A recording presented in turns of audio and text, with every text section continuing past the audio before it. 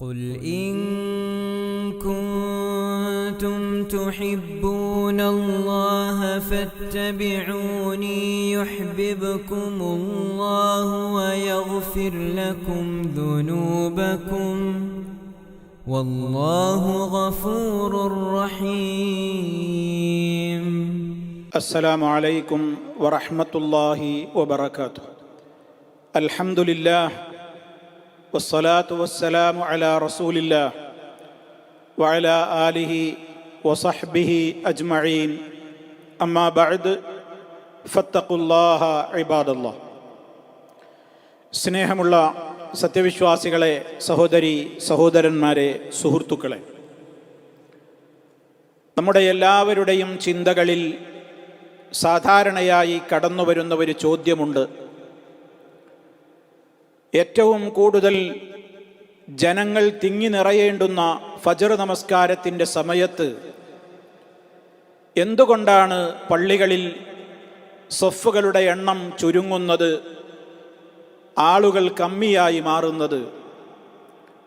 മറ്റു അവസരങ്ങളെക്കാളെല്ലാം പള്ളിയുടെ ചുറ്റുഭാഗങ്ങളിലും ധാരാളം ആളുകൾ അവർക്ക് നമസ്കാരത്തിന് എത്താൻ കഴിയും വിധത്തിൽ ഫ്ലാറ്റുകളിലും വീടുകളിലുമൊക്കെ ഉണ്ടായിരിക്കുന്ന സമയമായിട്ട് പോലും ഏറ്റവും കൂടുതൽ തിങ്ങി നിറയേണ്ടുന്ന സമയം ആ ഫജ്റിൻ്റെ സമയമാണല്ലോ, എല്ലാവർക്കും സൗകര്യം.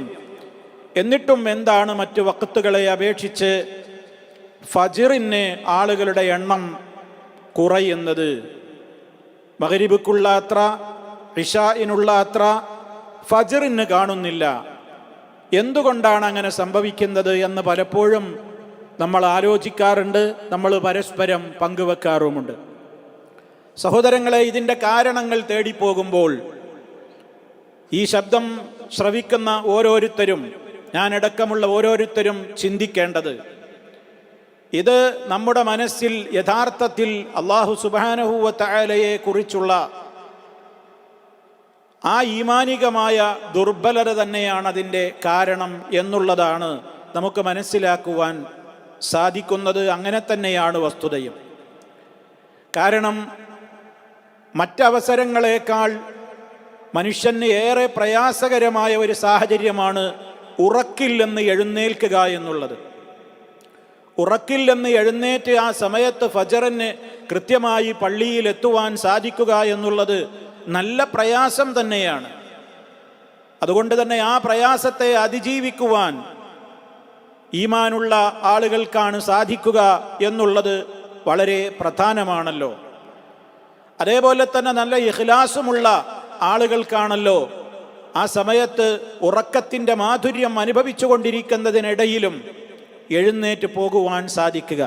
അല്ലാഹു സുബ്ഹാനഹു വ തആല ഇഖ്ലാസും ഈമാനിൻ്റെ ഹലാവത്തുമൊക്കെ നമ്മുടെ ഹൃദയങ്ങളിൽ അവൻ എന്നെന്നും നിലനിർത്തി തരുമാറാകട്ടെ.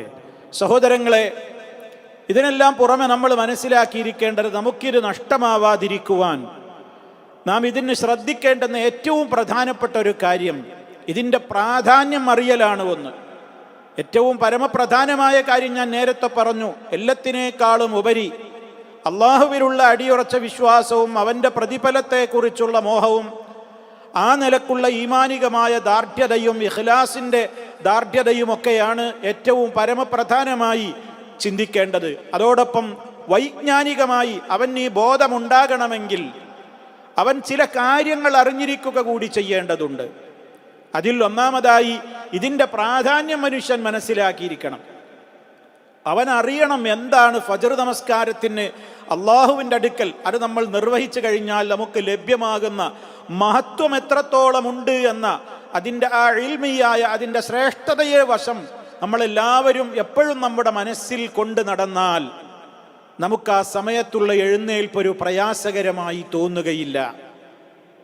നോക്കൂ നിങ്ങൾ, മഹാനായ നബി സല്ലല്ലാഹു അലൈഹി വസല്ലമിൻ്റെ ഹദീസുകളിൽ നമുക്ക് കാണാൻ സാധിക്കും, അസ്ഖലു സ്വലാത്തി അലൽ മുനാഫിഖീന സ്വലാത്തുൽ ഇശാഇ വ സ്വലാത്തുൽ ഫജ്രി എന്ന്.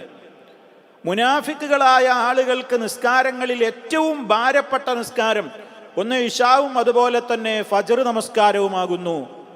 അതിലടങ്ങിയിട്ടുള്ള പുണ്യം ഒരാൾ മനസ്സിലാക്കിയിരുന്നുവെങ്കിൽ അവൻ നിരങ്ങി നീങ്ങിയിട്ടെങ്കിലും, അവൻ്റെ ഇരിപ്പിടത്തിലൂടെ നിരങ്ങി നീങ്ങിയിട്ടെങ്കിലും, അല്ലെങ്കിൽ മുട്ടുകുത്തി ഇഴഞ്ഞുകൊണ്ടെങ്കിലും അവൻ ആ വഖത്തുകൾക്ക് ജമാഅത്തിന് എത്തിച്ചേരുമായിരുന്നു എന്ന് നബി സല്ലല്ലാഹു അലൈഹി വസല്ലം പറയുകയാണ്. അപ്പോൾ ആ ഹദീസ് നമുക്ക് മനസ്സിലാക്കിയിരുന്നത് എന്താണ്?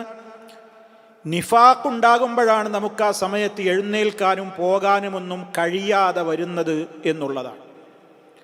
അതുകൊണ്ട് തന്നെ ആ നിഫാഖ് നമ്മുടെ ഹൃദയത്തിൽ നിന്ന് പോകണം. അതിൻ്റെ മഹത്വങ്ങൾ നബി സല്ലല്ലാഹു അലൈഹി വസല്ലമ പഠിപ്പിച്ചത് നമ്മൾ അറിയണം. നബി സല്ലല്ലാഹു അലൈഹി വസല്ലമിന്റെ ഹദീസുകളിൽ നമുക്ക് കാണാൻ സാധിക്കും, മൻ സ്വല്ലൽ ഇശാഅ ഫീ ജമാഅ ഫകഅന്നമാ ഖാമ നിസ്ഫൽ ലൈൽ. ആരെങ്കിലും ഇശാ ജമാഅത്തിൽ പങ്കെടുത്താൽ രാത്രി പകുതി വരെ നമസ്കരിച്ചവന്റെ പ്രതിഫലമാണ്. ഇശാ ജമാഅത്തിൽ ഒരാൾ പങ്കെടുത്താൽ രാത്രിയുടെ പകുതി വരെ ഒരാൾ ഇബാദത്തിലും നിസ്കാരത്തിലും അതുപോലെയുള്ള നല്ല കാര്യങ്ങളിലുമൊക്കെ ഏർപ്പെട്ടവനെ പോലെയാണ് എന്നാണ് ആ ഹദീസിൽ പഠിപ്പിച്ചത്.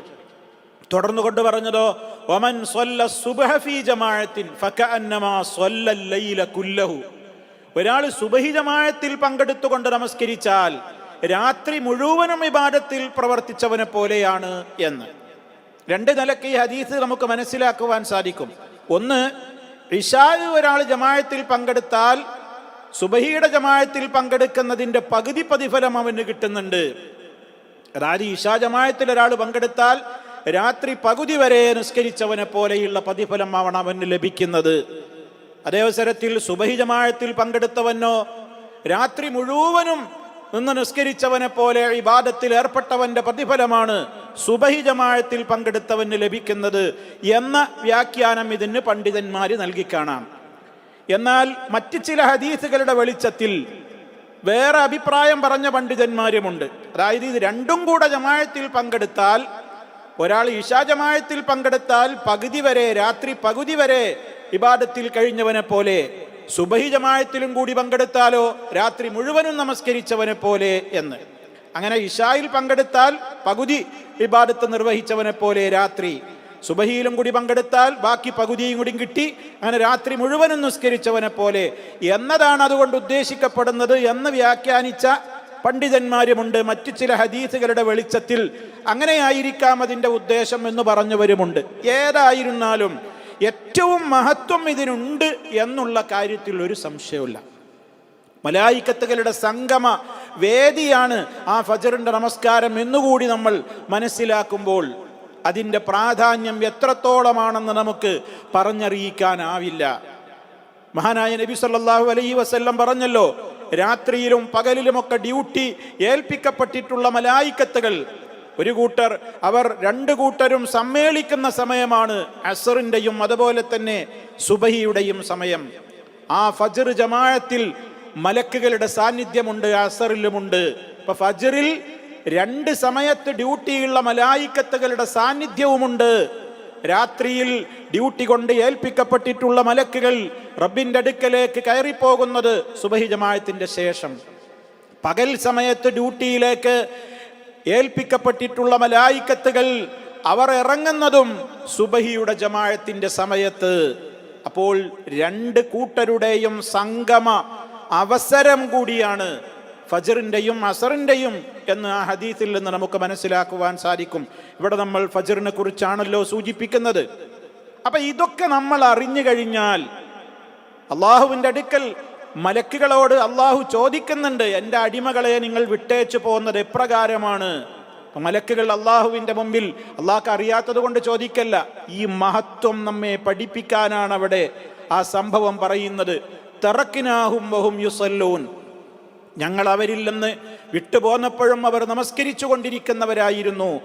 വഅതൈനാഹും വഹും യുസല്ലൂൻ, ഞങ്ങൾ അവരിലേക്ക് ഇറങ്ങി വന്നപ്പോഴും അവർ നമസ്കരിച്ചു കൊണ്ടിരിക്കുന്നവരായിരുന്നു എന്ന് പറഞ്ഞാൽ ആ നിലക്കുള്ള മഹത്വം, മലായിക്കത്തുകളുടെ കൂടുതൽ സാന്നിധ്യമുള്ള അവസരം കൂടിയാണ് ഫജ്ർ. അതെനിക്ക് നഷ്ടപ്പെടരുത് എന്ന ചിന്ത നമ്മുടെ മനസ്സിൽ സദാ ഉണ്ടായിരിക്കണം. അത് അതിൻ്റെ മഹത്വം കുറിക്കുന്നുവെങ്കിൽ. രണ്ടാമത് നമ്മൾ അറിഞ്ഞിരിക്കേണ്ടത് എന്താണ്? ഫജ്റിന്റെ നമസ്കാരം ഒരാൾക്ക് നഷ്ടമായാലുള്ള അപകടവും നമ്മൾ അറിയണം. അപ്പൊ പങ്കെടുത്താലുള്ള പുണ്യം അറിഞ്ഞാൽ മാത്രം പോരാ, പങ്കെടുത്തിട്ടില്ലെങ്കിലുള്ള അപകടം എത്രത്തോളമാണ് ഗൗരവം എന്നുകൂടി അറിയണം. മഹാനായ അബ്ദുല്ലാഹി ഇബ്നു ഉമർ റളിയല്ലാഹു തആല അൻഹുമാ അദ്ദേഹം പറയുന്ന ഒരു റിപ്പോർട്ട് നമുക്ക് കാണുവാൻ സാധിക്കും. തൊബറാനിയൊക്കെ റിപ്പോർട്ട് ചെയ്തിട്ടുണ്ട്. സഹാബിയാണല്ലോ. ആ സഹാബി പറയാണ്, കുന്നാ ഇദാ ഫഖദ്ന റജുല ഫിൽ ഫജ്രി വൽ ഇശാഇ അസഅനാ ബിഹിൽ ലന്ന. ഞങ്ങളുടെ കാലഘട്ടത്തിൽ ഞങ്ങളുടെ പതിവായിരുന്നു, സഹാബിമാരുടെ പതിവായിരുന്നു എന്ത്? ഏതെങ്കിലും ഒരു വ്യക്തിയെ ഫജ്റിന് കണ്ടിട്ടില്ലെങ്കിൽ, ഫജ്ർ ജമാഅത്തിനും അതുപോലെ തന്നെ ഇശായിനുമൊക്കെ ഒരാളെ കണ്ടിട്ടില്ലെങ്കിൽ അസഅനാ ബിഹിൽ ലന്ന, ഞങ്ങൾ അയാളെക്കുറിച്ച് നല്ല ചിന്ത ഞങ്ങൾക്കൊരിക്കലും ഉണ്ടാകാറില്ലായിരുന്നു. കാരണം ഒരു യഥാർത്ഥ മോമിനാണെങ്കിൽ അവർ വരുമല്ലോ. സ്ഥിരമായിട്ട് അങ്ങനെ പങ്കെടുക്കാതെ കാണുമ്പോൾ എപ്പോഴെങ്കിലുമൊക്കെ സംഗതിവശാൽ ഒരാൾക്ക് അള്ളാഹുവിൻ്റെ അടുക്കൽ ബോധിപ്പിക്കപ്പെടാവുന്ന ഉദ്റുള്ള കാരണമുള്ള ആളുകളെ കുറിച്ചല്ല ഈ പറയുന്നത്. അതല്ലാതെ ഇതിങ്ങനെ സ്ഥിരം നഷ്ടപ്പെടുത്തുക, അവരെക്കുറിച്ച് ഞങ്ങൾ നല്ലതല്ല വിചാരിച്ചിരുന്നത്, അവരെ ഞങ്ങൾ മുനാഫിക്കീങ്ങളുടെ ഗണത്തിലാണ് എണ്ണിയിരുന്നത് എന്നൊക്കെയുള്ള റിപ്പോർട്ടുകൾ വേറെ സ്വഹാബിയിൽ നിന്ന് നമുക്ക് കാണുവാനും സാധിക്കും. അപ്പം അതുകൊണ്ട് നേരത്തെ സൂചിപ്പിക്കപ്പെട്ടതുപോലെ നിഫാഖ് നമ്മുടെ ഹൃദയത്തിലേക്ക് കടന്നു വരുന്ന ഏറ്റവും വലിയ രൂപത്തിലുള്ള ഒരു കാര്യമാണ് ഈ ഫജ്റിന്റെ നിസ്കാരത്തിന് നമുക്ക് എത്തിപ്പെടാൻ സാധിക്കാതിരിക്കുക എന്നുള്ളത്. അതിന് പണ്ഡിതന്മാർ പറയുന്നു, എന്ത്? ഫജ്റിനൊക്കെ എത്തിപ്പെടണമെങ്കിൽ ഒരാൾക്ക് നല്ല സത്യസന്ധതയും അതുപോലെ തന്നെ ഈമാനികമായ ബോധവും ഒക്കെ ഉണ്ടെങ്കിലേ കഴിയൂ. ഒരു മനുഷ്യൻ്റെ വൈജ്ഞാനികമായി ഒരു മനുഷ്യൻ്റെ ഈമാനികമായ അവസ്ഥ, അതുപോലെ തന്നെ അവൻ്റെ ഇഖ്ലാസ് എത്രത്തോളം ഉണ്ട് എന്നൊക്കെ നമുക്ക് ഓരോരുത്തർക്കും അളക്കുവാൻ, നമ്മെക്കുറിച്ച് അളക്കുവാൻ പറ്റിയ ഒരു അളവുകോല് തന്നെയാണ് ഈ സമയങ്ങളൊക്കെ. കാരണം എന്താ? മറ്റ് നമസ്കാരങ്ങളൊക്കെ മനുഷ്യർ എഴുന്നേറ്റിരിക്കുന്ന അവസരങ്ങളാണ്, അതുപോലെ തന്നെ അവൻ പലപ്പോഴും ഉണർന്നിരിക്കുന്ന സന്ദർഭങ്ങളാണ്, പങ്കെടുക്കാൻ വലിയ പ്രയാസങ്ങളില്ലാത്ത അവസരങ്ങളാണ്. ഇതങ്ങനെയല്ലല്ലോ. ഇത് നല്ല മാധുര്യമൂറുന്ന ഉറക്കത്തിൽ നിന്ന് എഴുന്നേൽക്കാനുള്ള ഒരു പ്രത്യേകമായ താല്പര്യം ഉണ്ടെങ്കിലല്ലാതെ അത് കഴിയില്ലല്ലോ. അതുകൊണ്ട് ഇതിന് വലിയ മഹത്വമുണ്ട് എന്നുള്ളത് നമ്മൾ തിരിച്ചറിയണം. ഇതാണ് ഈ വിഷയത്തിൽ എന്നെയും നിങ്ങളെയും ഓർമ്മപ്പെടുത്തുവാനുള്ളത്.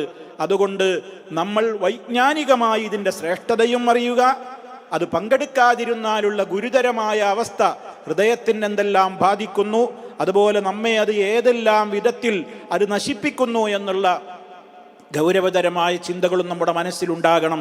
അപ്പോൾ ഫജ്റിന് എഴുന്നേൽക്കുവാൻ നമുക്ക് സാധിക്കും. അതാണ് വൈജ്ഞാനികമായി നമ്മൾ അതിൻ്റെ പ്രാധാന്യത്തെക്കുറിച്ച് അറിഞ്ഞുകൊണ്ട് നാം ചിന്തിക്കേണ്ടത്. അല്ലാഹു സുബ്ഹാനഹു വ തആല യഥാർത്ഥമായ വിശ്വാസികളിൽ, കാപട്യം ഹൃദയത്തിൽ കടന്നു വരാത്ത വിധത്തിൽ സുരക്ഷ നൽകപ്പെടുന്നവരിൽ സാധുക്കളായ നമ്മെ ഓരോരുത്തരെയും ഉൾപ്പെടുത്തി അനുഗ്രഹിക്കുമാറാകട്ടെ. നമ്മിൽ നിന്ന് വന്നുപോയിട്ടുള്ള പാപങ്ങൾ അള്ളാഹു അവൻ്റെ മഹളായ ഫള് കൊണ്ട് പുറത്തു തന്ന് നമ്മെ ഏവരെയും ശുദ്ധീകരിക്കുകയും അനുഗ്രഹിക്കുകയും ചെയ്യുമാറാകട്ടെ. അല്ലാഹുമ്മ സ്വല്ലി അലാ മുഹമ്മദിൻ വഅലാ ആലി മുഹമ്മദ് വൽഹംദുലില്ലാഹി റബ്ബിൽ ആലമീൻ. വസ്സലാമു അലൈക്കും വറഹ്മത്തുള്ളാഹി വബറകാതുഹു.